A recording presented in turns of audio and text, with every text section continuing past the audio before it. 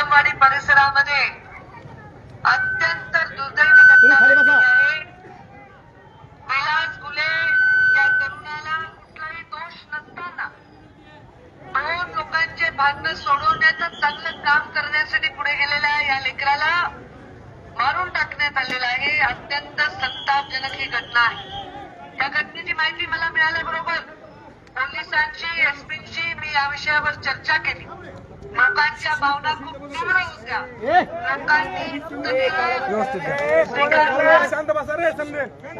तयारी दाखवली नाही आणि अशा परिस्थितीमध्ये मी एसपींना सांगितलेलं आहे कुठल्याही तडपणाशिवाय त्याची कारवाई झाली पाहिजे।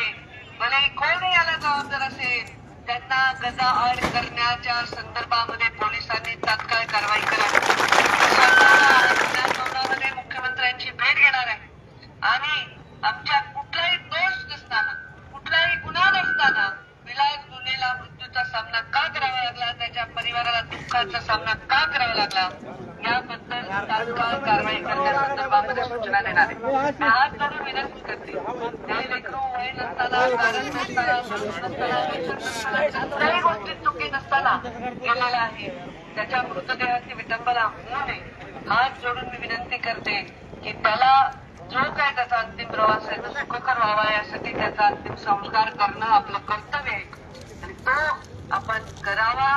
तुम्हाला न्याय मिळवून देण्याची जबाबदारी आमची राहील। तुमच्यावर अन्याय होऊ देणार नाही हा मी तुम्हा सर्वांना देते आणि तुम्हाला शब्द देते की या जे कोणी याच्या पाठीमागे त्यांना गजाआड घातल्याशिवाय चैन पडू देणार नाही।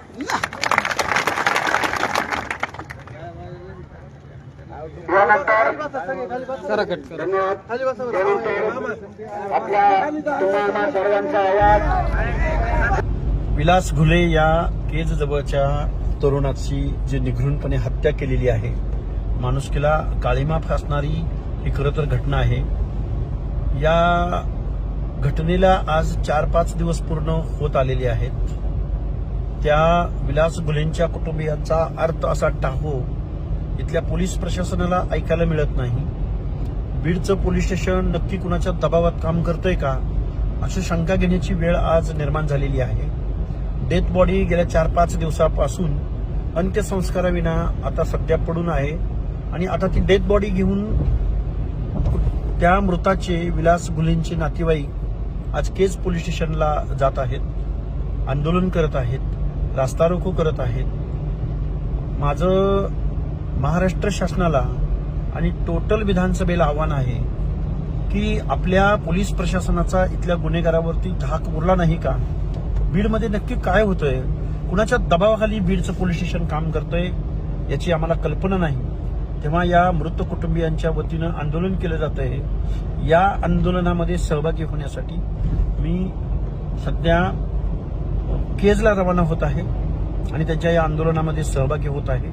शासनाचा निषेध व्यक्त करतोय आणि बघ्याची भूमिका घेतलेल्या पोलीस डिपार्टमेंटचा मी निषेध व्यक्त करतोय आणि मी त्या आंदोलनात सहभागी व्हायला केजमध्ये